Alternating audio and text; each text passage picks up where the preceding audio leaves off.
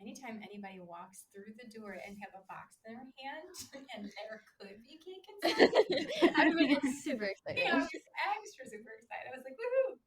So super excited here tonight because we have the famous Abby with us. No pressure.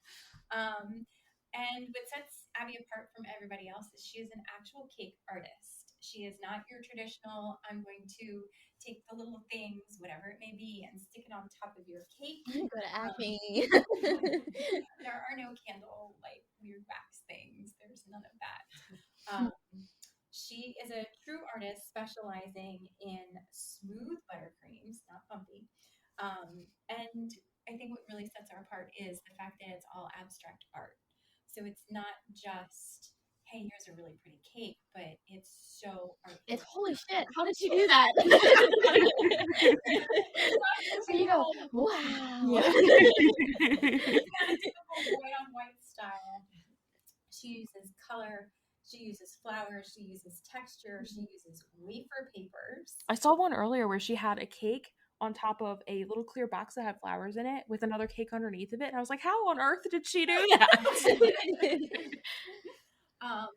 So amazing taste, elegant art, and just, I don't know, awesomeness defines her. So happy. Thank you. No pressure. But so I think probably one of the most obvious questions is, where do you get your inspiration from? Oh gosh, kind of everywhere. I remember like this time last year, I was driving up to the Catskills for a little getaway. I love the Catskills. All of the like I had to stop and like take pictures of some of the vistas because of the way the fall foliage was just. I was like, I want to paint that. Yeah, and sometimes I'll see other artwork and that'll inspire me. Flowers. Have you always been involved in the art world? No.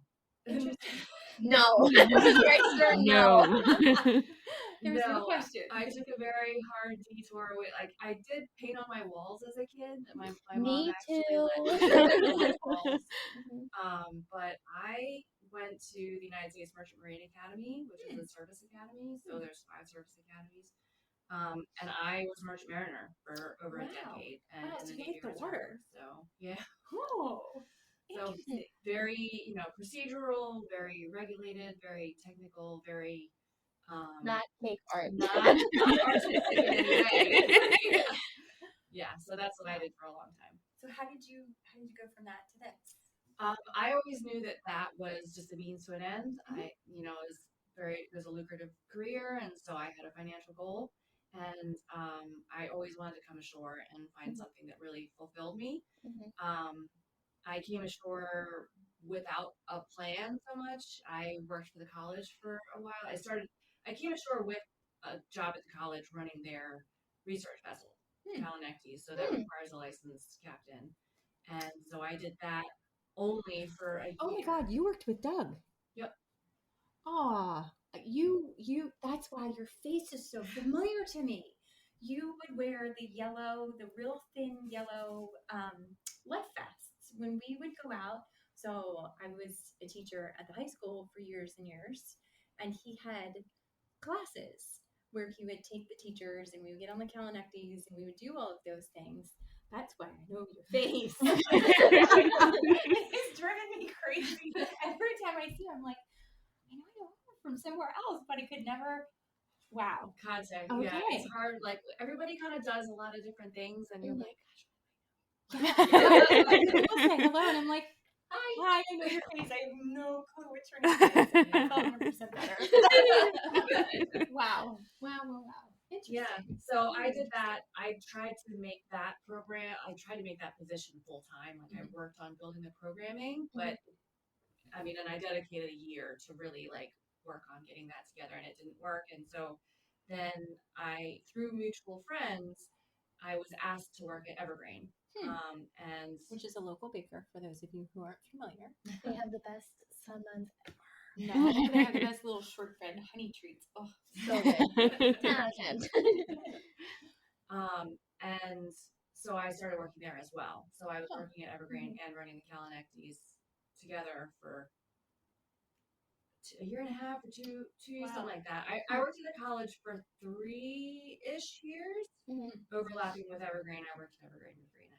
So That's awesome. yeah, I was working full time at Evergreen and running the Kalanakis, and eventually I was like, well, that's a little much. Yeah. So Yeah. Sometimes you have to take that pause and be like, okay, who am I? What am I doing? well, it's just like, wow, I'm getting up at 3 every morning, and also going and being on the water all afternoon certain times of the year, and it's like, this is a lot. Yeah. Yeah. Yeah. It's Yeah. cold. It's hot. Yeah. Yeah. Witty. That's very mentally demanding. 100%. There's a lot of time. Yeah. Wow. So did you work at Evergreen and kind of get your feet wet? No pun intended. But did you did you start kind of working with cakes there, and that's where you kind of got started? So I've always been a home baker, and I knew I made delicious cakes. Yeah. And I was like, I make delicious cakes. When I started working at Evergreen, I was like, I'm going to help the pastry chef here. Like, I'm like, my job is to help you, however you need help. But I was like, but I also like making cakes, and I'd love to like start making cakes here if that would be possible. And so I started the cake program at Evergreen, and So your cakes would be the ones in the window, right? yeah, there was a dessert case. I'm not sure if it's still there. Yeah, but like the that ones would be in my the cake. in the setup. Yeah. Connecting all the dots. Interesting. Yeah, and then I really just like fell in love with cake decorating, and that was not the right place for me to do that. So it's time for me to leave. And I feel like there's so much more like breads. They're so bread focused. they're very pastry focused, Yes, and pastry and like mass quantity production. Yeah. Yeah. Yeah. There's no individuality to it. There can be it can be a very free place to explore and to develop yourself, but you know, there's just it's a lot of work. There's a lot of There's a training. limit. There's in there. there's definitely a limit, and it depends Space. and it also depends on. There's a lot of fluctuations within the business, like feel and time of year and what's happening and all that. Yeah.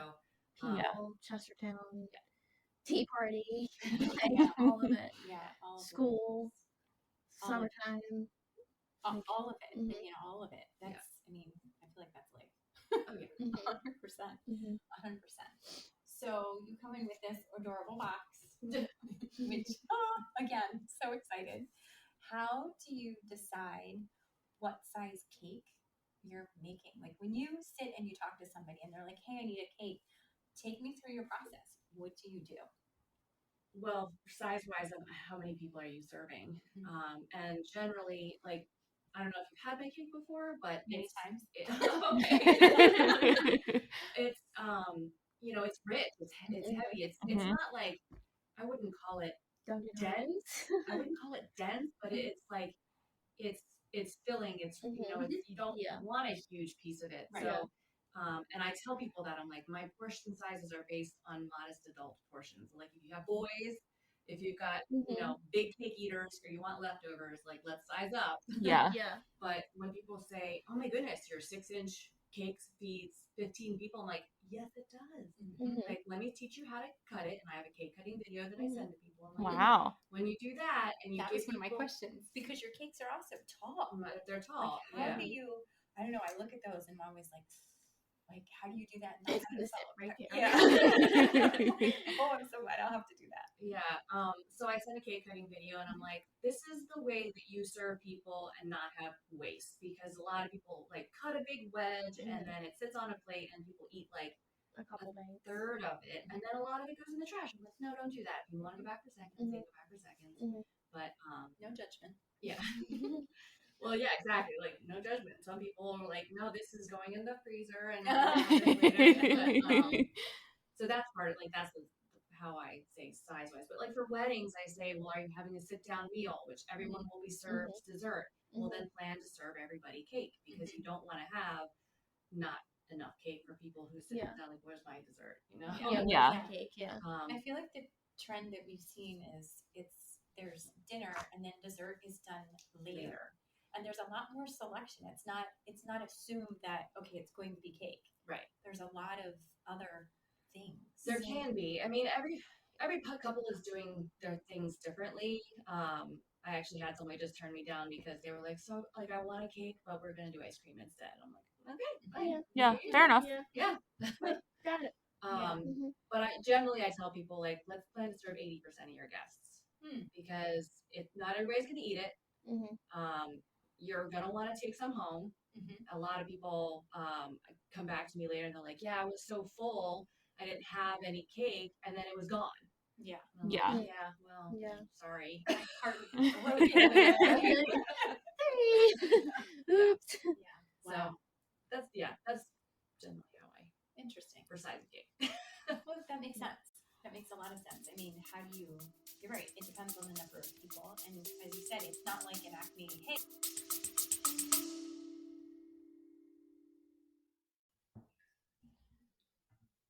Hey guys, Lizzie here. I bet you didn't know this about me, but I am gluten-free, and one of the things that I struggle with is going to the grocery store and finding the foods that fit my dietary needs. What I have been doing for the past couple of months is ordering from Hungry Root. Now, Hungry Root is an online company where you can order groceries off of their website. It's full of produce, crackers, cookies, to muffins, to meats, and all the different types of snacks and things like that. They have made my life so much easier in the process of finding foods that fit my dietary needs. There are filters that you can adjust, such as non-GMO, dairy-free, gluten-free, paleo, different preferences and things like that. So what they have done for us, because they're such a generous company, the Hungry Root team has given us a 40% off discount code on your first box. So if you use the code FLOWER40, and that's capital FLOWER 40 at checkout, you will get 40% off your first box. I'm so excited to team up with these guys. They've made such an impact on my life in the morning and to my day-to-day life, and I hope you experience the exact same thing that I do. All of the information will be linked down below, including the link to where it should already be pre-applied to your cart when you hit the link and go to their website, and I will also add the code at the bottom for easy access in our show notes. I hope you guys have a wonderful day and enjoy your first box through Hungry Root.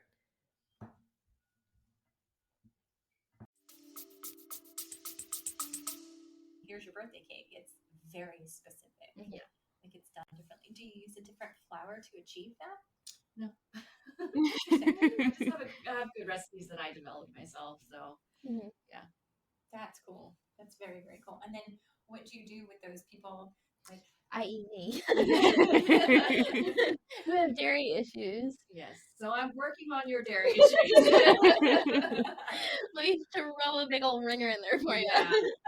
Right now for like the dairy, I had a wedding scheduled in March who the bride can't have dairy, but she can have butter.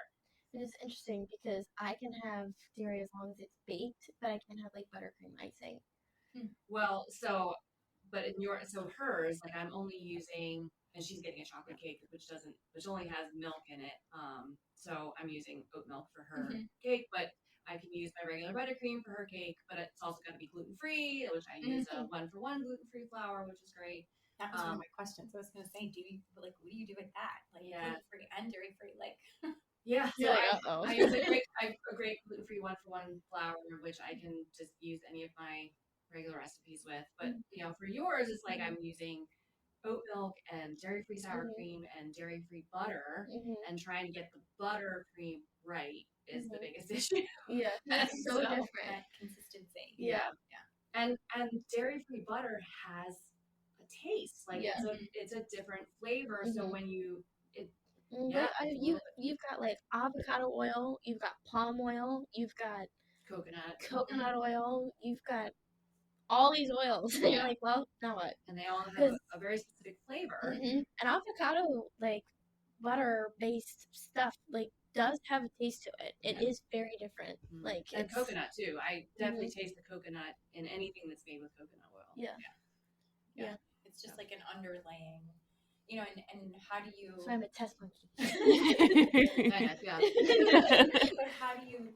I don't want to say mask it, but if you're doing vanilla, people expect to taste vanilla, not coconut vanilla. Right. You know what I mean? And how do you get those ratios? It's all trial. Like I'm this newest trial. I'm very hopeful about it.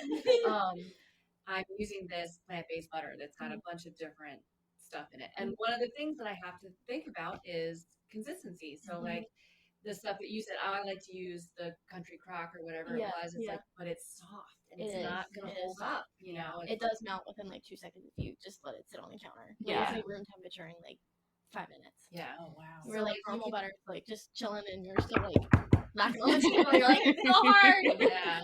So that's like, it's one thing to get the taste right, but to get the structure right, you know, there's stability considerations for a cake that's on display. Yeah. So On a hot day. Yeah. In June. June 1st. June, August. I mean, I don't know about you, but there's been many times where we've walked into a tent in August, July. We walk in and we're like, oh God, like, how do we, and we're careful with what we use in structure for that reason. If we know it's a tent, or if it's windy, that's another thing that like, what do we do? Yeah. Well, I have it in my contract about temperatures. You know, it's like, I recommend that you don't have a cake outside in over 72 degrees. Yeah. If you do, good on you, you know? Yeah. Good luck.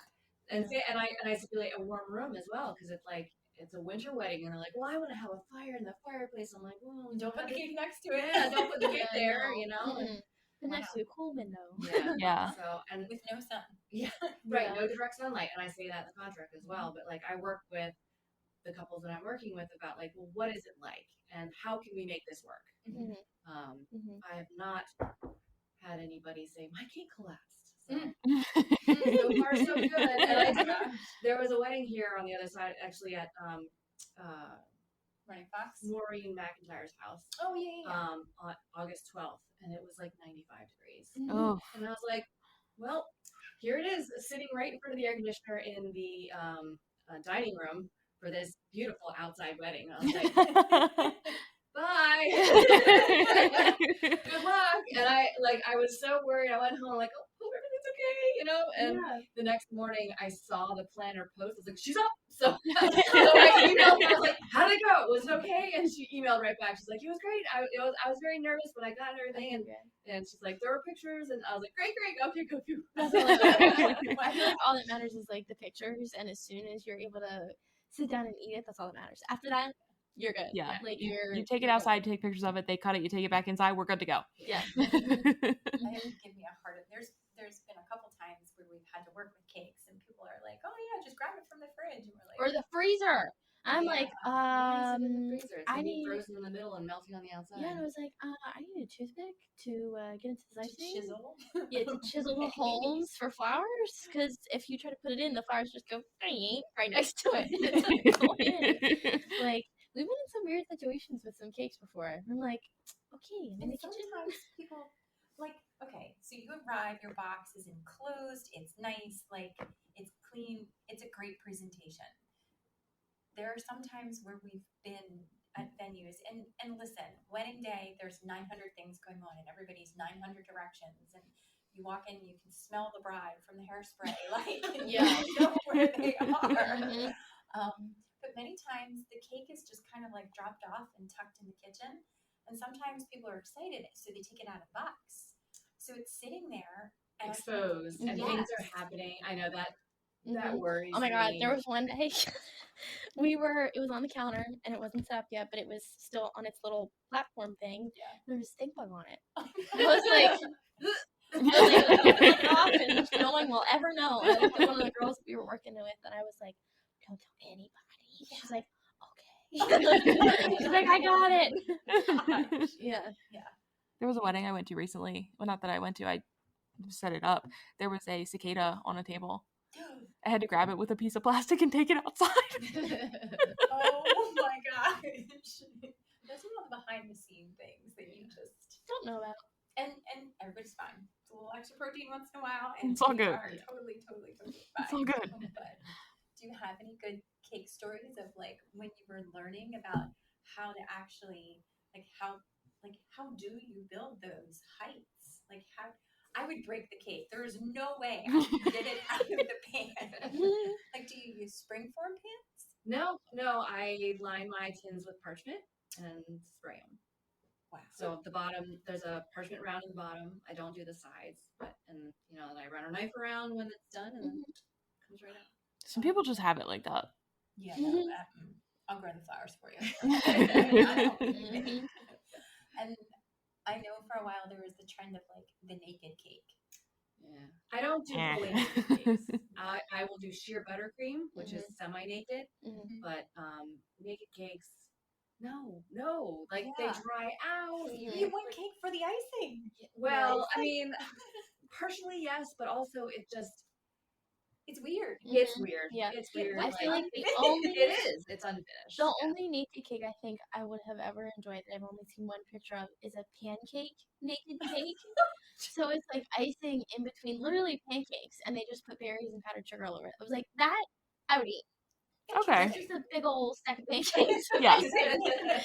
But I remember when it was really starting to come through, and it's kind of died down a little bit, and it was like, it's not done. Yeah. I was like, what do you do with that? Yeah. And you've got the tough edges on the sides. Yeah. Like take your knife and cover, like that to me is always like when I have screwed up the cake and it means that I don't have enough icing and I've pulled it too hard or something. You know what I mean? Like, yeah. I don't make them because I don't want to. Yeah, there's no artistic flair to it. It doesn't show us who that couple is, you know? Yeah. Well, and yeah, I judge people when they like, I want a very simple cake with flowers. And I'm like, okay. Did you look at my portfolio though? Yeah. Like, Did you look do at you know what's Instagram? possible? Because I think you might decide like you want more. Yeah, that there's a for lot, sure. a lot of different things. Yeah. I mean, and I know that's why I came to you. Like, before I saw your stuff, I was like, yeah, like we'll have a cake, it'll be fine. And now, like working with you, when you come in and do flowers, and like seeing your Instagram, and like that one that I actually sent you a picture of, like I was like, wow, that's real. I was like, I want that. Like I literally have rented its own sweetheart table for it to sit on, like just for the desserts, and it's literally just because it's a showpiece. Like that's what it's for. And the stuff that you've been able to create, and thank God you're local. Like I don't think I've seen anywhere else. Like, oh my God, how do you transport it? I just realized you said you're local. How do you transport that? Well, so bigger cakes, I have something called a cake safe. I actually have two. It's a specialty transportation box. So a tiered cake is structured with supports. So there are dowels in it, and generally like chopsticks, right? Yeah. So I mean, they can. Yeah, they're just wooden dowels. Some people use plastic. I don't like plastic, so I use wooden dowels or bamboo. And each tier has its own set of supports for the next tier above it. And then there's usually a central dowel to keep everything in place and to keep it from moving side to side. Well, if somebody's picking up a cake from my house, 2-tier or less, and it needs structure, I will put a central dowel in it. But if I'm transporting it myself, I don't put the central dowel in. The central dowel is in the cake safe. So it has a metal rod that goes all the way through the cake into the bottom of the thing. So it's completely secured in the box by this one metal dowel. And then when I get to the venue, I take that out of the cake and replace it with its own, central dowel. It's like just a little bit of caulk in the top, like to hide the hole. Exactly. I bring the color buttercream that the cake is. Yeah. Smooth it down, good to go. So, and that is, it takes so much stress out of delivery, like bumps and traffic and the bridge and all of that. Like, if I happen to trip and drop it, it's gonna be fine, basically, because it's so secure in that Have you box. done that? No. But I read stories from of other people doing that. Yeah. And they're like, but it was a cake safe and it was totally fine. Wow. So, how big is it? Who knew that a cake safe was a thing? I was gonna be like, she prays. I don't know what to tell you. So my bigger one, it's the inside can have almost 23 inches of height, and the base can be, I want to say 17 inches diameter, and then my smaller one will do 14 inches and 23 inches. So. Okay. Yeah. Huh. Interesting. A cake safe. Yes. Interesting. Yes, I love it. Last year when I had a delivery near DC, I was like, oh my gosh, those roads. And it was a really tall, slim cake. I was like, what am I gonna do? How am I gonna do this? I'm gonna go ahead and like invest in this cake safe, which was, quite a chunk of change. And it was like, yes, that was needed, and I loved it. Worth it. Totally worth it. And then this year, I started getting like multiple. I was like, well, I've got this big cake there, and then I got to drive over there again. And I was like, Here we are again. I'm just gonna get another one. I'll just get another cake so that I can do these, multiple deliveries with. Do you have to like seatbelt it in? No, it just sits. It just sits in the back. I'm totally fascinated. Yeah. Google's cake safe. Yeah, I was gonna say I've never seen one before. I want to see what it looks like. 100%. I love it. Wow. So I literally typed in Google cake safe. Wow, so it's like a whole thing. Yep, it's a company. They have other things besides the cake safes, but that's their like premier product, and they have multiple sizes. Wow, that's genius. Yeah, it's pretty great. I remember the first time I used it, I just made like a practice cake and drove around the county with it because I was like, hit your brakes and. Well, yeah, I was like, I don't know about this, like shoving a rod through the cake and then taking it out, and what about after thank goodness it was like I made a practice cake and didn't like practice on a wedding, Yeah. And then the next wedding I had, I was like, I know how to do this. Exactly. Oh, and it's actually got like a little see-through. Yeah, the front panel is sort of see-through. Huh. Oh, that's cool. I take pictures of the back of my car with cake safes and cakes in them. Like, ready to go. Yeah. Got my kids going to school. Interesting. Very okay. That's awesome. Wow. Yeah. Okay, so how would you do that if do you do any of your cakes with fillings? Oh yes. Yeah, most of them. I mean, when people only want buttercream, I'm like, okay, because I like to have extra stuff. Raspberry. Oh, yeah. That raspberry filling layer. Oh, that's my favorite filling layer. But so everything gets as the rod is going through the cake, each tier is supported on its own cake card, and so it's the rod that I'm putting through with the cake safe is punching a hole in each of those cake cards as it goes through. So it's basically cleaning the rod as it goes through, and then same on the way back up, and then I just plug it with an L.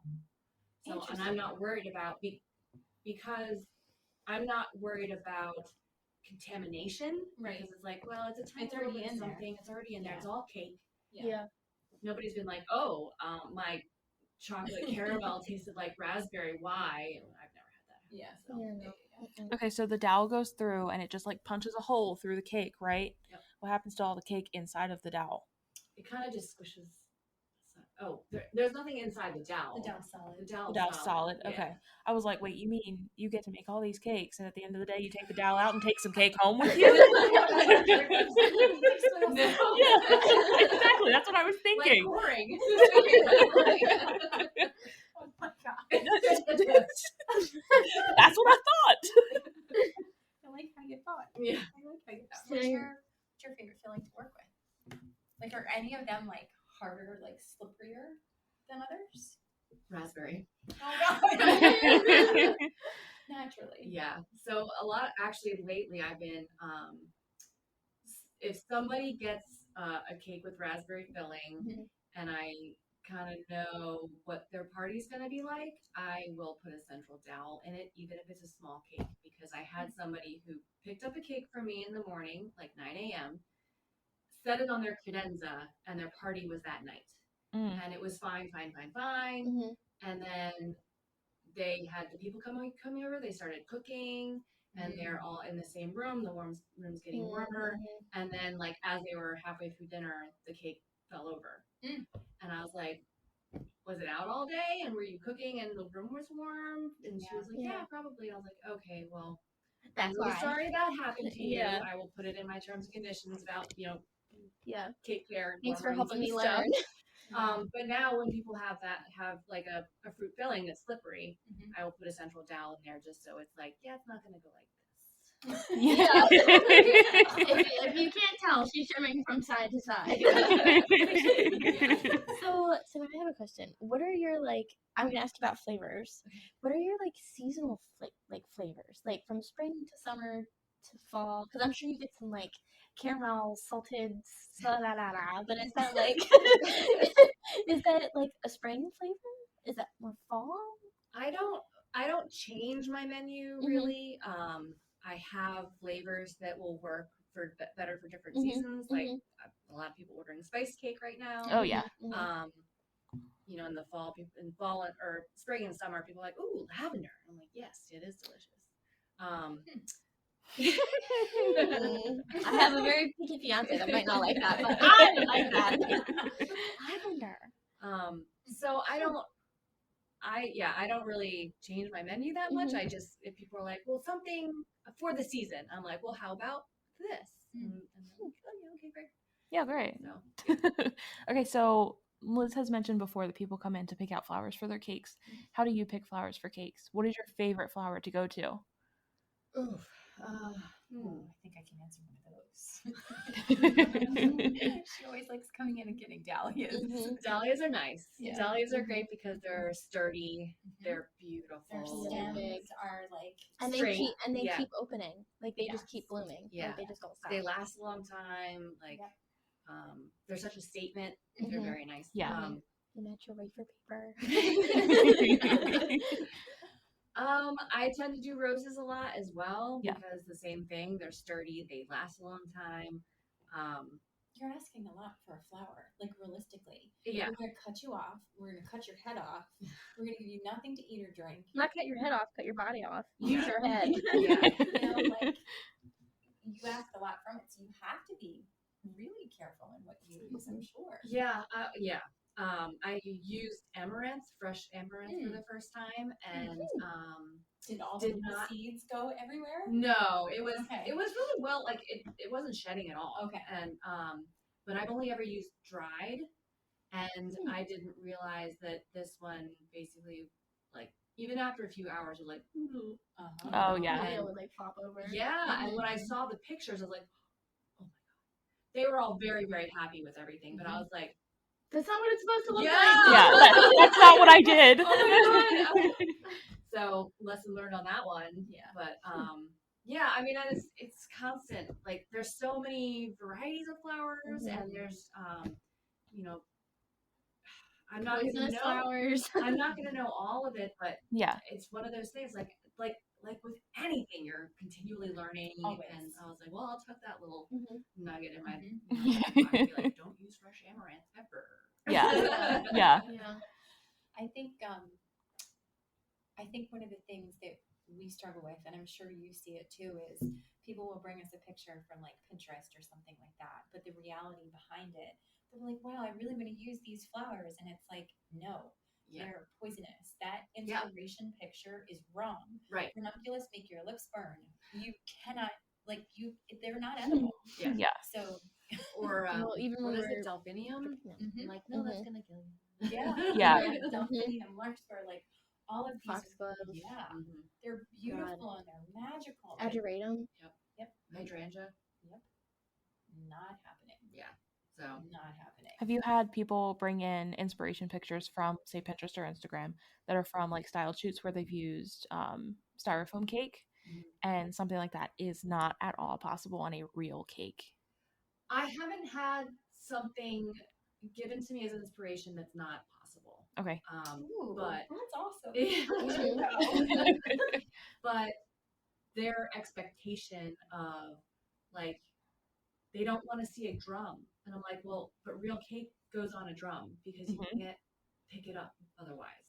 And it's like, if you see a cake and it's not on a drum, you don't see anything underneath of it that it was actually transported on, that's a fake cake. Yeah.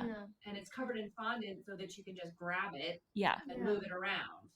And it's like, well, if you want real cake, it's going to be on a drum, and don't take it off the drum to try to put it on your stand, because then you're going to mess it up. Yeah, that's not messing it up. That is messing it up. 110%. Yeah. It just, Yeah. So there are those conversations more. Yeah. I think that in this area, people haven't really, they're not used to more artistic cakes and very elaborate designs. Yeah. And so I haven't gotten those requests yet where it's like, well, that's just not possible with real cakes. Yeah. I'm not surprised to hear that you end up in DC and Baltimore and things like that with the level of artistry that you do or perform or put together, whatever that vernacular is. But I'm not surprised at all, Well, and I like this the tall style that is kind of my signature. Like a lot of people don't see that, and so I always ask to speak to the caterer. I'm like, you know how to cut this? Like, how I structured that, It's like there's multiple tiers in each tier because it's so tall, and they're like, oh, thanks, great. Yeah, I want to know that. Yeah, that's a really good point. Wow, I never even thought of that. Like, here's this absolute showpiece, and you're like, hey, you've got to cut this. Yeah, exactly. Yeah, one of my favorite cakes. I have a relationship with Chesapeake Bay Beach Club, and I just had this like wonderful bride who just saw what I do and was like, I want that. And so the cake that I made for her was one of my favorite cakes. And when I brought it in, why? What made it your favorite? it was very tall and slim. It had like all of my favorite techniques on it. So my abstract painted buttercream, the wafer paper style that you asked for, and she also was kind of like, can you try something new too and do like abstract wafer paper flowers? I was like, okay, great, yeah, I'll do that. So, and I was in love with how it turned out. Like it just really, it was more than I had imagined. There's also something special about connecting with a bride like that. Yes. Well, and when a bride puts their trust in you and says, hey, make it pretty. Yeah. Well, that's when it's the same thing with us. Whenever our brides are like, oh, hey, you do what you want, just want some wildflowers, like it turns out the best. Yeah. Like that is our funny. pickup and elopements one. No offense to any of the brides out there, but they're some of my favorite ones that we've ever done. And then we don't get pictures back. Well, yeah. But like I was like, so this is how it's structured to the event staff. I was like, I know this is a little bit taller than you're used to, but like there's where the board is, and there's where another board is, and this is another one, and they were. I heard from the staff later that like once they cut it, we like had to take the top tier off and then take it in the back because we were worried it would fall over, and I was like, oh, it's not gonna fall over, but good job. Yeah. Appreciate the level of care. Yeah. So wow. Oh my gosh. Looking at your website and just kind of stalking your Instagram because we all do it. We do it to each other. 100%. But I love the fact that everything is artistic and that makes it stand out. But I also love the fact that you also have some square cakes. So it's not just the traditional, okay, you've got like the rounds and, the large, medium, small and all of that kind of stuff. But it's just different. It's squares and it's offset. And I really, really appreciate how you look at that lens so differently. It's just I appreciate that. Very, very, very cool. Very cool. So I'd love for you to tell us where folks can find you and if they want to get in touch with you for a phenomenal cake. How do they do that? You can find me at my website, www.cakesbyabby.net. How do you spell Abby? ABBY. Okay, just checking. Yes, thank you. Or my Instagram, Cakes by Abby Robson, ABBYROBSON. And I'm also Cakes by Abby on Facebook. Okay, perfect. Got it. Yeah. All right, guys. Thank you so much for listening again this week. We look forward to seeing you next week. You can find us everywhere you stream your podcasts, Spotify, Apple Podcasts, all of the platforms. You can also find us on Instagram and Facebook under The Flower Files or Wildly Native. You can reach us on our website, wildlynativeflowerfarm.com, or you can just give us a shout. We'll see you next week. We here. Hey, guys, for great cake. Yeah. Peace out, guys. Bye.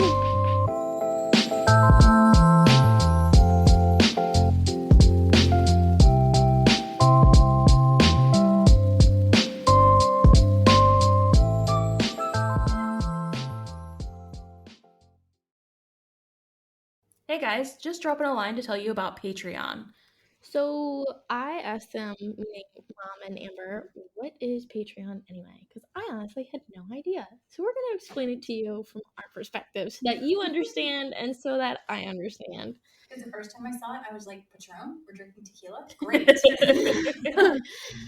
So Patreon is for less than a cup of coffee, those fancy coffees that y'all like, a day, you can sign up to become one of our members. A little family. Exactly. And what does that get us? It gets us some freebies, some special episodes that other people do not get access to. You can interact with us on a special platform where we can ask you questions and interact with you. It's tons of fun. Mm-hmm. And even on those special episodes, we might be less censored than we are already. And we're going to have a couple fun ones that we can just kind of throw in there and talk about and laugh and go on tangents and have fun. So I hope that you all enjoy it because we're going to have fun along the way. We're crazy, crazy, crazy excited. Thanks, guys. Yeah. Back to the episode now. Yeah. Bye. Gracias.